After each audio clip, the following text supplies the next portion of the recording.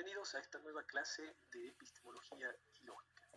Soy Juan Pablo Risco, profesor de la facultad a cargo del dictado de las clases teóricas de epistemología y lógica.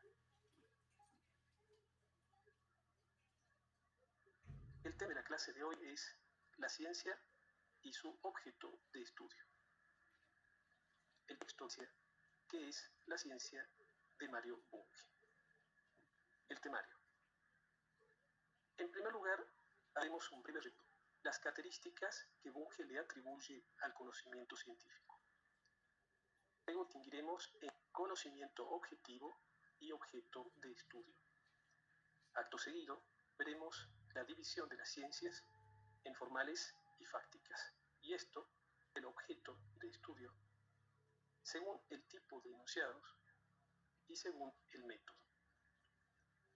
Por último, hablaremos de la diferencia entre símbolo vacío y símbolo interpretado, distinción que efectúa Bunge y de la que nos valdremos para anticipar los conceptos de función proposicional y proposición, conceptos que emplea Bunge para distinguir el tipo de verdad que caracteriza a las ciencias formales y fácticas.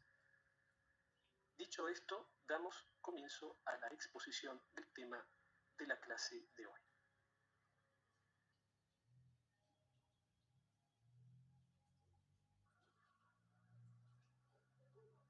En la clase pasada habíamos visto los conceptos de ciencia y de conocimiento científico.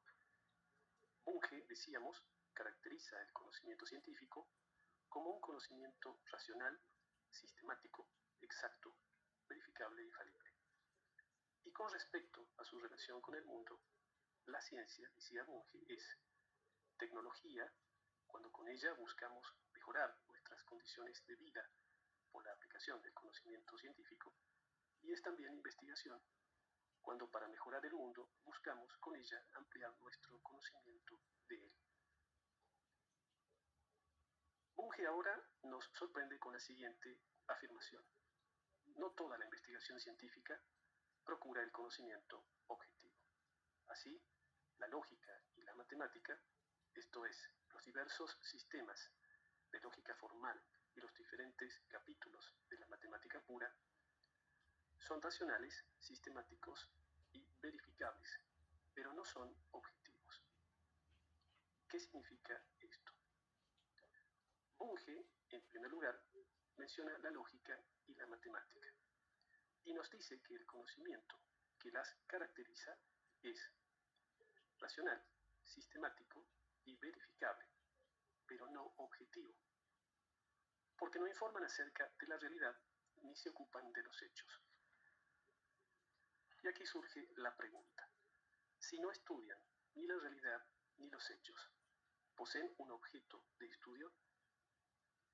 Es importante enfatizar el término objeto porque podemos llegar a pensar que si el conocimiento de la lógica y la matemática no es objetivo, su conocimiento no se encuentra referido a ningún objeto. Y de aquí el siguiente planteo. La noción de conocimiento objetivo implica necesariamente la noción de objeto de estudio. El objeto de estudio, nos dice Bunge, es el tema de estudio de una disciplina o ciencia, y las características del conocimiento de estas dependen de dicho objeto. Es conveniente, por lo tanto, caracterizar brevemente el tipo de conocimiento que les corresponde para saber qué tipo de objeto de estudio poseen. Pues bien, a la lógica y a la matemática les corresponde un tipo de conocimiento no fáctico, porque no estudian los hechos, sino ideal. Si esto es así, entonces ya podemos responder a la pregunta antes planteada. La noción de conocimiento objetivo no necesariamente implica la noción de objeto de estudio. Si así fuera, ni la lógica ni la matemática tendrían sus respectivos objetos de estudio. Pero entonces queda claro que, por poseer un objeto de estudio ideal, la lógica y la matemática no pueden brindarnos un conocimiento objetivo, es decir, un conocimiento de la realidad. Caractericemos ahora el conocimiento científico de ciencias y disciplinas como la física, la química, la fisiología, la psicología y la economía. En este caso, nos dice Bunge, estamos ante un tipo de conocimiento que es racional, sistemático, verificable y objetivo. Se trata de un conocimiento objetivo porque las ciencias o disciplinas en cuestión nos informan acerca de la realidad, se ocupan de los hechos. Y aquí podemos plantearnos nuevamente la pregunta que nos hacíamos a propósito de la lógica y la matemática. La noción de conocimiento objetivo implica necesariamente la noción de objeto de estudio. Como en el caso anterior, la respuesta es negativa. Es cierto que ahora estamos tratando con ciencias o disciplinas que, como consecuencia de estudiar la realidad, poseen un tipo de conocimiento fáctico, vale decir, referido a los hechos o no ideal. Pero, y en este punto nos adelantamos un poco a la lectura del texto, que el conocimiento científico de la realidad sea objetivo significa que concuerda o busca concordar aproximadamente con su objeto, busca alcanzar la verdad de los hechos.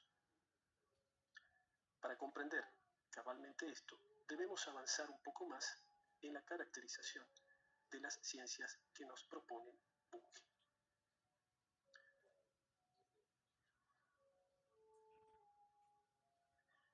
Si el tipo de conocimiento es fáctico, es porque los hechos, también los procesos, constituyen el objeto de estudio. Y la ciencia, por lo tanto, es fáctica. Si el tipo de conocimiento es ideal, es porque los entes ideales constituyen nuestro objeto de estudio. Y la ciencia, por lo tanto, es formal. Ahora bien, el tipo de conocimiento es fáctico cuando el objeto de estudio es un objeto dado.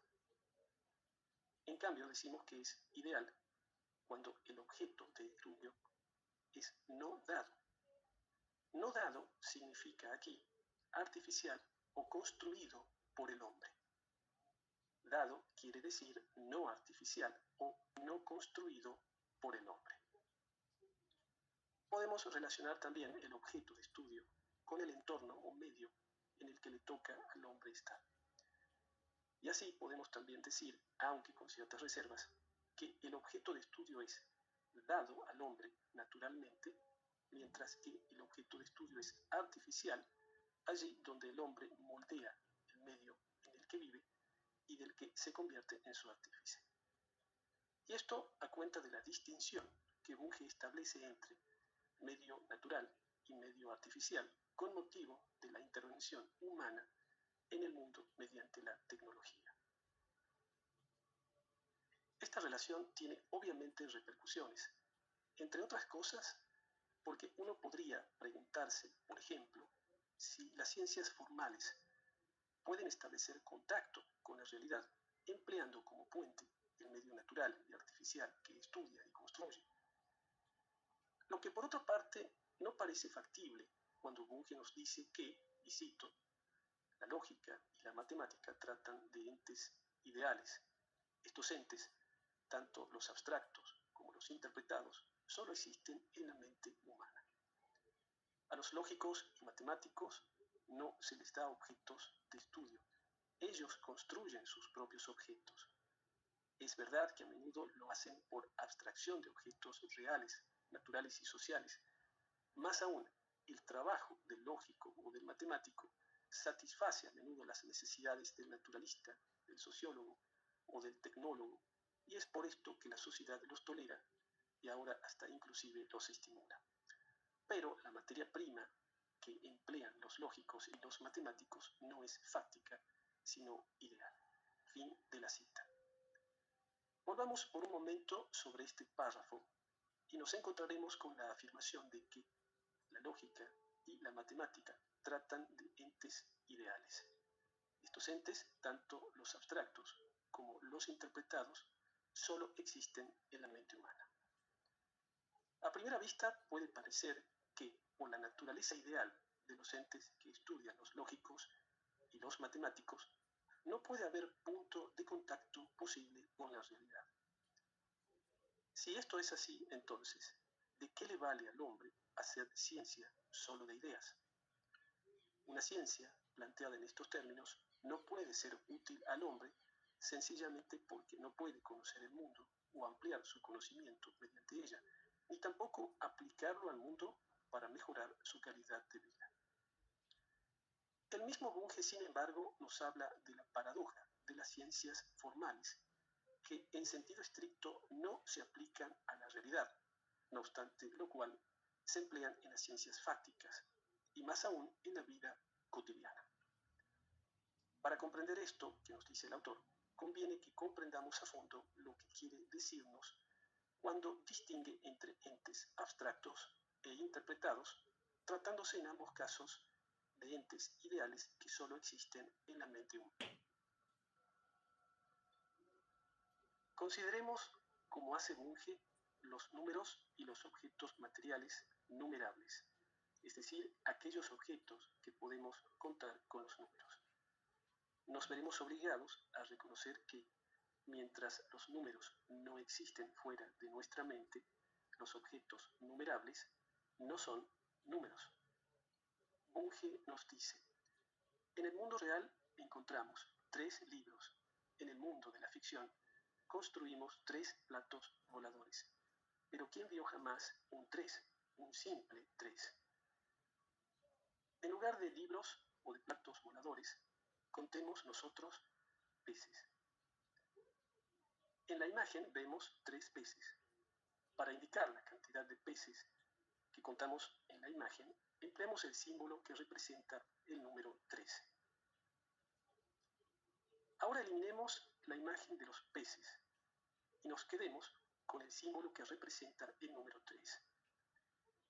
El número representado mediante el símbolo que vemos en pantalla es el número abstracto. Vale decir, el número que en este momento no empleamos para contar los peces. Cuando en cambio hacemos aparecer los peces en la pantalla, empleamos el número representado para contar los peces de la imagen y entonces interpretamos el número 3.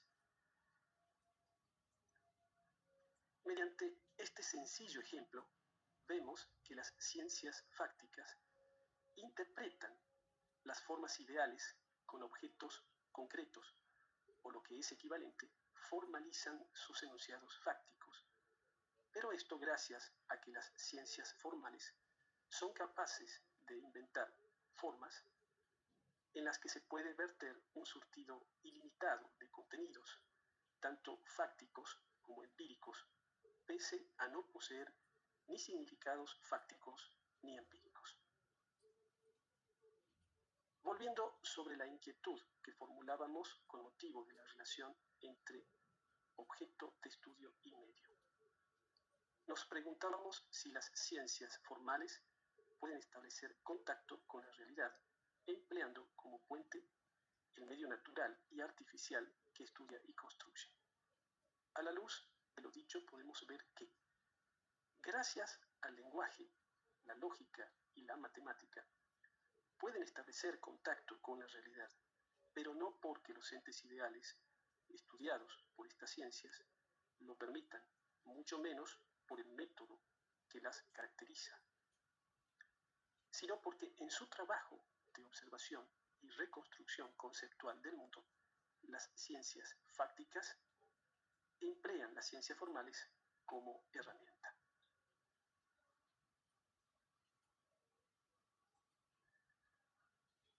Para resumir lo anterior, podemos exponer comparativamente el objeto de estudio, el tipo de enunciados y el método que caracteriza a las ciencias formales y fácticas. El objeto de estudio de las ciencias formales, en el caso de la lógica y la matemática, son entes ideales. Tanto los abstractos como los interpretados solo existen en la mente humana. los lógicos y matemáticos no se les da objetos de estudio. Ellos construyen sus propios objetos. Es verdad, nos dice Bunge, que a menudo lo hacen por abstracción de objetos reales, naturales y sociales, pero la materia prima que emplean los lógicos y los matemáticos no es fáctica, sino ideal. La lógica y la matemática, por inventar entes formales y establecer relaciones entre ellos, hacen de estos entes su objeto de estudio. Las ciencias fácticas, en cambio, estudian hechos y procesos. En cuanto a los enunciados, en el caso de las ciencias formales, se trata de formas vacías que expresan relaciones entre signos. Construidos a base de símbolos vacíos, son interpretables fáctica o empíricamente. Y esto porque, al ser vacíos, Bunge habla expresamente de variables lógicas, no poseen un significado fijo, lo que nos permite atribuirles significados distintos. En palabras de Bunge, el significado fáctico o empírico que se les asigna a los objetos formales no es una propiedad intrínseca de los mismos. De esta manera, las ciencias formales jamás entran en conflicto con la realidad. Diferente es el caso cuando hablamos de las ciencias fácticas. Aquí los enunciados se encuentran siempre referidos a entes extracientíficos, entiéndase hechos y procesos. En algún momento Bunge también emplea el término cosas. Estos enunciados se encuentran constituidos por símbolos interpretados y por ello decimos poseen un contenido fáctico o empírico. Y esta diferencia entre los enunciados de las ciencias formales y las ciencias fácticas resulta fundamental para comprender los diferentes métodos. Mientras las ciencias formales emplean la demostración lógica, las ciencias fácticas la verificación indirecta de las hipótesis, directa de las consecuencias derivadas de estas. No es lo mismo demostrar un teorema que confirmar o refutar una hipótesis sobre la base de la observación y la experimentación.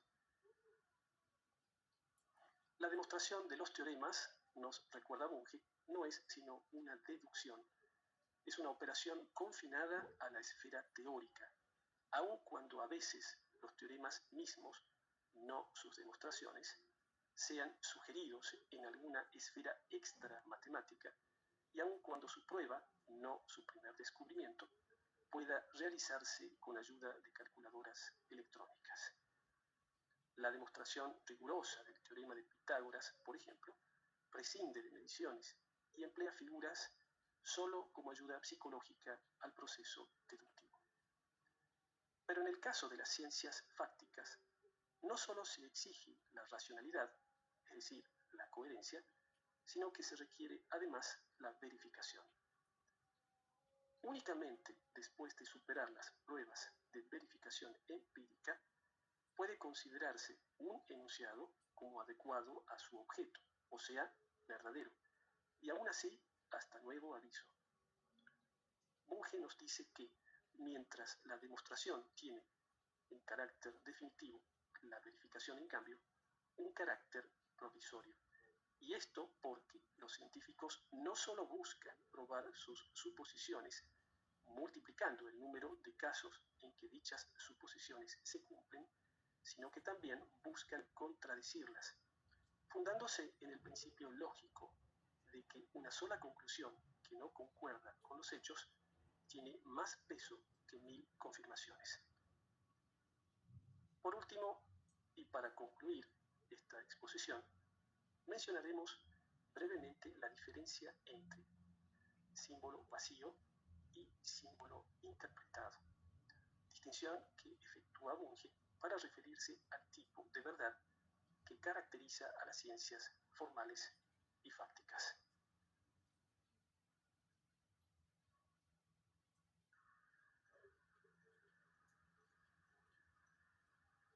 Cuando explicábamos oportunamente la diferencia entre ente natural y artificial, decíamos que el número abstracto es objeto de estudio de una ciencia formal como la matemática y que puede ser empleado para contar objetos numerables como los peces, circunstancia en que el número resulta interpretado.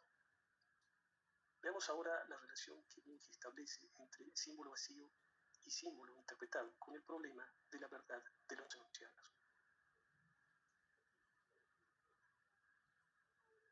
Considérese el siguiente axioma de cierta teoría abstracta, no interpretada.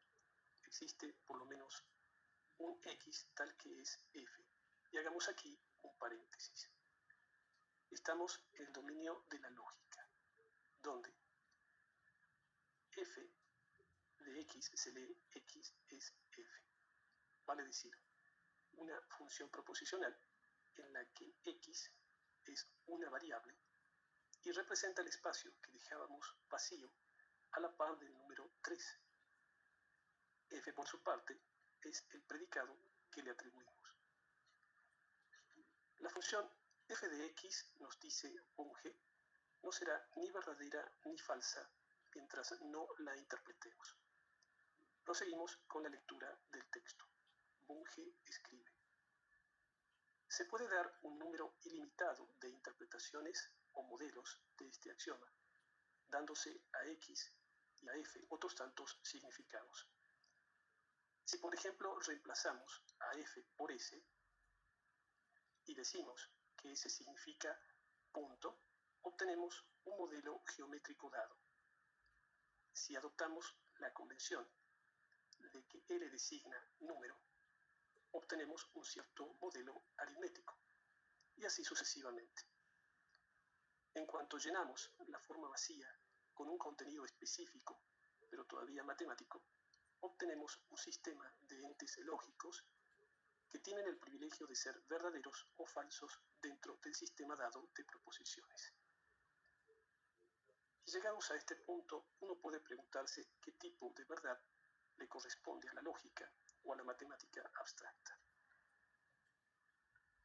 Bunge nos responde que la verdad en este caso consiste en la coherencia de un enunciado con el sistema previamente admitido dentro de un lenguaje determinado, en nuestro caso un lenguaje formal y científico. Supongamos ahora la teoría de la relatividad especial y dentro de ella la conocida ecuación de Einstein sobre la equivalencia entre masa y energía. En esta ecuación, E significa energía, m masa y c velocidad de la luz al cuadrado. Consideremos ahora el predicado F con el significado de velocidad de la luz y como símbolo interpretado A, sujeto lógico que escribimos en reemplazo de la variable X. Leamos ahora F de A como A es F. A es la velocidad de la luz, 300.000 kilómetros sobre segundo es la velocidad de la luz. Estamos aquí en presencia de una proposición que nos informa acerca de un hecho y que por lo tanto es o verdadera o falsa. Dicho de otra manera, para que el enunciado fáctico f de A sea verdadero, no basta con el requisito de coherencia que la lógica o la matemática pueda ofrecerle a la teoría de la relatividad especial, sino que se necesita, además, de un dato empírico, a saber, la velocidad de la luz medida en kilómetros sobre segundos. En el contexto entonces de un lenguaje formal y científico que entra en contacto con el lenguaje natural, Bunge nos dice que los enunciados fácticos confirmados se llaman usualmente datos empíricos, que se obtienen con la ayuda de teorías y que son a su vez la materia prima de la elaboración teórica. Forman una subclase de tipo cuantitativo y se disponen a menudo en tablas, las más importantes de las cuales son, por ejemplo, las constantes universales de la física y la química. Pero, detalle importante a tener en cuenta, la recolección de este tipo de datos y su ulterior disposición en tablas no es la finalidad principal de la investigación, sino el hecho de que los datos que contienen puedan incorporarse en teorías que puedan ser aplicadas. En resumidas cuentas, Bunge distingue entre la verdad entendida como coherencia lógica y la verdad entendida como adecuación de un enunciado con el dato empírico acerca del cual informa. Habiendo llegado al final de nuestro temario, damos por terminada la clase de hoy. Hasta la próxima.